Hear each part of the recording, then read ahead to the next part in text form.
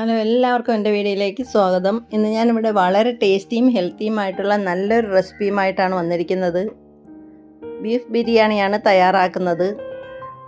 1 kilo അരി കൊണ്ട് beef biryani തയ്യാറാക്കാം. വളരെ ടേസ്റ്റിയും വളരെ പെട്ടെന്നും തയ്യാറാക്കുന്നതാണ് കാണിക്കുന്നത്. 1 കിലോ അരിയാണ് ഞാനിവിടെ എടുത്തിട്ടുള്ളത്. ഇത് നല്ലതുപോലെ കഴുകി അരിച്ച് ഊറ്റി വാരി വയ്ക്കാം. അതിനുശേഷം 1 കിലോ ഇറച്ചിയാണ് എടുത്തിട്ടുള്ളത്. ഇത് നല്ലതുപോലെ കഴുകി വെച്ചിട്ടുണ്ട്. ഇനി 100 ഗ്രാം വെളുത്തുള്ളി തൊലി കളഞ്ഞ് ചതച്ചെടുക്കാം. ഒരു 2 പിടി കൊച്ചുള്ളി കഴുകിയെടുക്കാം. ഒരു 10-12 പച്ചമുളക് എടുത്തിട്ടുണ്ട്, അതും ഒന്ന് കഴുകി ചതച്ചെടുക്കാം. രമ്പയിലയും കറിവേപ്പിലയും എടുത്തിട്ടുണ്ട്. പിന്നെ 100 ഗ്രാം ഇഞ്ചി തൊലി കളഞ്ഞ് ചതച്ചെടുക്കാം. ഒരു 6 സവാള ചെറുതായി കട്ട് ചെയ്തെടുക്കാം. ഇനി ഒരു കുക്കറിലേക്ക് എണ്ണ ഒഴിച്ചു കൊടുക്കാം. അതിൽ നിന്നും സവാളയിൽ നിന്നും 1/4 ഭാഗം അതിലേക്ക് ഇട്ട് കൊടുക്കാം. ഇത് നല്ലതുപോലെ ഒന്ന് ചിക്കി കൊടുക്കാം. ഒന്ന് മൂത്ത് പൊന്നിറമാകുമ്പോഴത്തേക്കും ഇഞ്ചി, പച്ചമുളക്, വെളുത്തുള്ളി ചതച്ചതിൻ്റെ പകുതി ഭാഗം ഇട്ട് കൊടുത്ത് നല്ലതുപോലെ ഒന്ന് ഇളക്കി കൊടുക്കാം. ഇതിലേക്ക് 2 തക്കാളി ചെറിയ പീസുകളായി കട്ട് ചെയ്തിട്ട് കൊടുക്കാം. അതും ഒന്ന് നല്ലതുപോലെ ഒന്ന് ഇളക്കി കൊടുക്കണം. നല്ലൊരു വെന്ത പരുവമാകുമ്പോഴത്തേക്കും കൊച്ചുള്ളി ഇട്ട് കൊടുക്കാം. കൊച്ചുള്ളി ചെറുതായിട്ട് അരിഞ്ഞിട്ട് കൊടുക്കണം, അല്ലെങ്കിൽ അതുപോലെ ഇട്ടാലും കുഴപ്പമില്ല. എന്നിട്ട് ഇതുപോലെ നല്ലതുപോലെ ഒന്ന് ഇളക്കി കൊടുക്കാം. ഇതിലേക്ക് കഴുകി വെച്ചിരിക്കുന്ന ഇറച്ചി ഇട്ട് കൊടുക്കാം.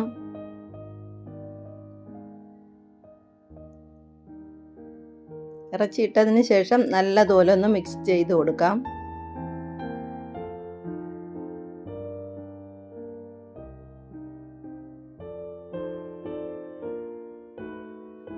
ഇതിലേക്ക് 1 ടീസ്പൂൺ മഞ്ഞൾപ്പൊടി ഇട്ട് കൊടുക്കണം.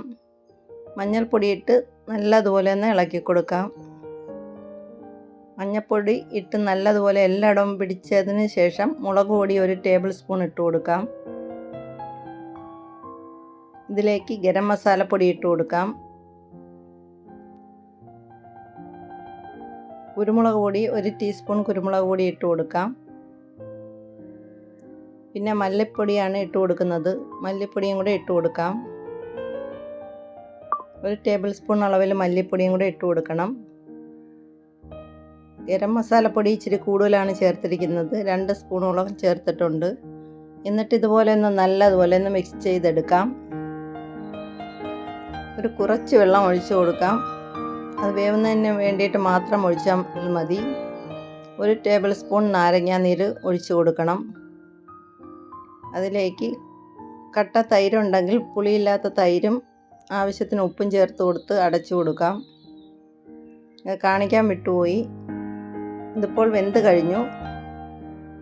ഇത് കുറുമയായിട്ടില്ല, കുറച്ചുകൂടെ വെന്ത് വെള്ളം വറ്റിക്കണം.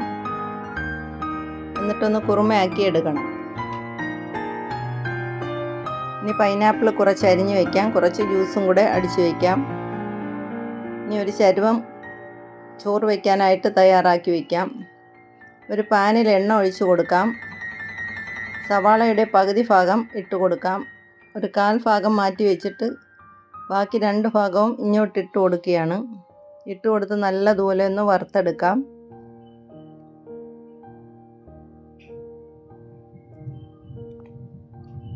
നല്ലതുപോലെ വറുത്ത് കോരുന്നുണ്ട്. ഇതൊരു വറുത്ത് കോരി ഒരു പാത്രത്തിലോട്ട് മാറ്റാം. ഈ എണ്ണയിൽ തന്നെ അണ്ടിപ്പരിപ്പും മുന്തിരിങ്ങയും വറുത്തെടുക്കാം. അതും വറുത്ത് മാറ്റി വയ്ക്കാം.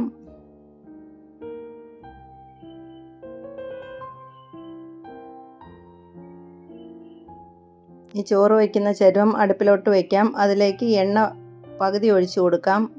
ആ വറുത്ത എണ്ണ തന്നെ പകുതി ഒഴിച്ചു കൊടുത്താൽ മതി. അതിലേക്ക് ബാക്കി ഒരു 1/4 ഭാഗം സവാള ഇട്ട് കൊടുക്കാം. ആ സവാള നല്ലതുപോലെ ഒന്ന് വേവിച്ചെടുക്കണം. വെന്തതിന് ശേഷം ഇഞ്ചി, പച്ചമുളക് ഒന്ന് വഴറ്റിയെടുത്തതിന് ശേഷം ഇഞ്ചിയും പച്ചമുളകും ഇട്ട് കൊടുക്കുകയാണ്. ഇഞ്ചിയും പച്ചമുളകും വെളുത്തുള്ളിയും കൂടെ ചതച്ച് വെച്ച് ഇട്ട് കൊടുക്കാം. അതിലേക്ക് തക്കാളി ചേർത്ത് കൊടുക്കാം. 2 തക്കാളി ചേർത്ത് കൊടുക്കുന്നുണ്ട്. അതും ഒന്ന് നല്ലതുപോലെ വഴറ്റിയെടുത്തതിന് ശേഷം അതിലേക്ക് അരി ഇട്ട് കൊടുക്കാം. അരിയിട്ട് വറുത്തെടുക്കണം. കുറച്ച് നേരം ഇതുപോലെ ഇളക്കി എടുക്കുമ്പോഴത്തേക്കും വറുത്ത് കിട്ടും. അത് ചില അരികൾ വെളുത്ത് വരുന്ന പരുവം ആകുമ്പോൾ അതിലേക്ക് തിളച്ച വെള്ളം ഒഴിച്ചു കൊടുക്കാം.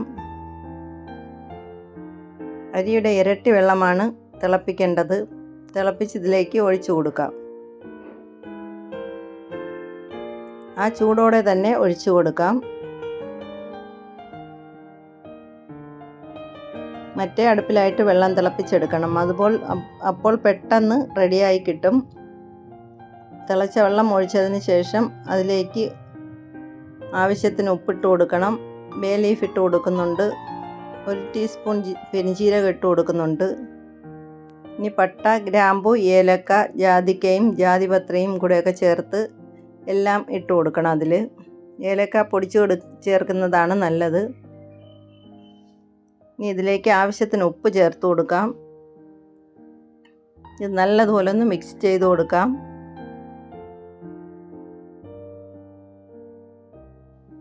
ഇത് പൈനാപ്പിൾ ജ്യൂസാണ് ഞാൻ ചേർത്ത് കൊടുക്കുന്നത്. അതിലേക്ക് പൈനാപ്പിൾ അരിഞ്ഞതും കൂടെ ചേർത്ത് കൊടുക്കുന്നുണ്ട്.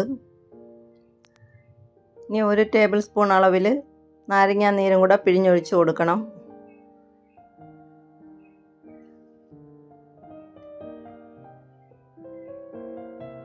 നാരങ്ങാ നീരും പിഴിഞ്ഞൊഴിച്ചതിന് ശേഷം നല്ലതുപോലെ ഒന്ന് ഇളക്കിയതിന് ശേഷം അടച്ചു വയ്ക്കാം. ഇടയ്ക്കിടയ്ക്കൊന്ന് തുറന്ന് ഇളക്കി കൊടുക്കണം. പിന്നെ കുരുമുളക് പൊടി ഇട്ടില്ലായിരുന്നു, അതും കൂടെ ഇട്ട് കൊടുക്കാം. 2 ടീസ്പൂൺ കുരുമുളക് പൊടിയാണ് ചേർത്ത് കൊടുക്കുന്നത്.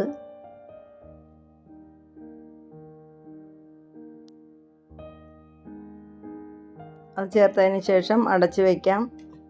ഇടയ്ക്കിടയ്ക്കൊന്ന് ഇളക്കി കൊടുക്കണം. വെള്ളം വറ്റുന്നത് വരെ ഇടയ്ക്ക് ഇളക്കി കൊടുക്കേണ്ടതാണ്.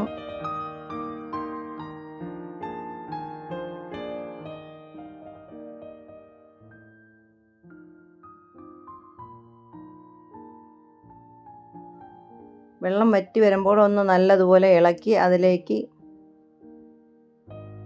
മസാലക്കൂട്ട് ചേർത്ത് കൊടുക്കാം. വെള്ളത്തിൻ്റെ ഈർപ്പത്തോടെ തന്നെ അതിൻ്റെ നടുഭാഗത്തായിട്ട് ഒരു കുഴി ഒഴിച്ച് ഇതുപോലെ ചികഞ്ഞ് മാറ്റി കൊടുക്കണം ചോറ്. എന്നിട്ട് അതിനകത്താണ് ഇട്ട് കൊടുക്കുന്നത്. ഇതിലേക്ക് കുറുമ ഒഴിച്ചു കൊടുക്കാം. ഇറച്ചിയെല്ലാം ഇത് വാരിയിട്ടതിന് ശേഷം ഇത് അടച്ചു കൊടുക്കണം. ചോറ് കൊണ്ട് 4 ഭാഗത്തു നിന്നും മൂടി കൊടുക്കണം.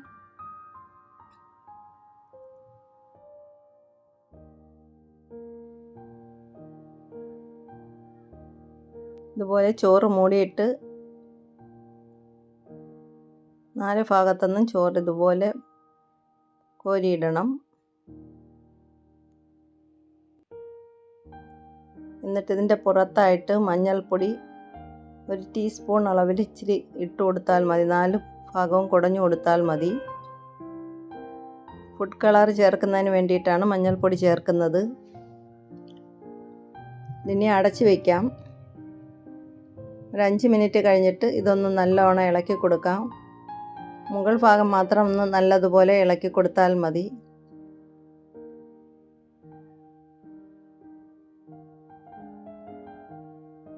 ഇനി ഇതിലേക്ക് രമ്പയിലയും പുതിനയിലയും മല്ലിയിലയും ഒക്കെ ചേർത്ത് കൊടുക്കാൻ സമയമായി.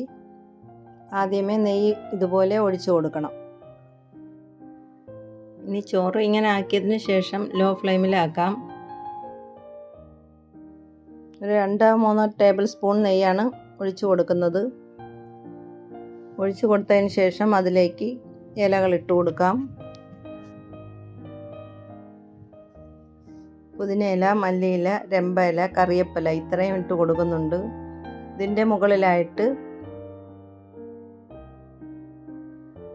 അണ്ടിപ്പരിപ്പും മുന്തിരിങ്ങയും ഉള്ളിയും സവാള വറുത്തതും കൂടെ ഇട്ട് കൊടുത്ത് അടച്ചു വയ്ക്കാം.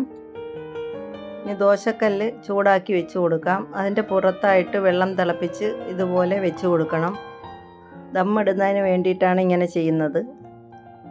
ആ വെള്ളവും അത് അടച്ച് വയ്ക്കണം, മുകളിലത്തെ വെള്ളവും അടച്ച് വയ്ക്കണം.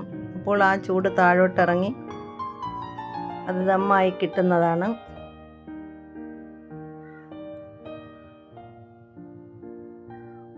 ഇത് തണുത്തതിന് ശേഷം തുറന്ന് മാറ്റാവുന്നതാണ്.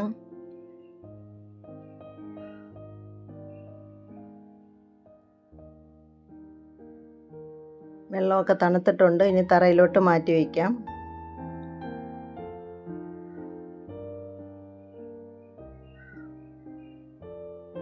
നല്ല സൂപ്പറായിട്ടുണ്ട്. ഇനി ഇത് പ്ലേറ്റിലോട്ട് കോരാവുന്നതാണ്. ചോറും മസാലയും മിക്സ് ചെയ്ത് വേണം കോരാൻ. അതിൻ്റെ മുകളിലായിട്ട് ഇങ്ങനെ ഉള്ളി വറുത്തതും കൂടെ ചേർത്ത് ഇതുപോലെ കോരി വയ്ക്കാം.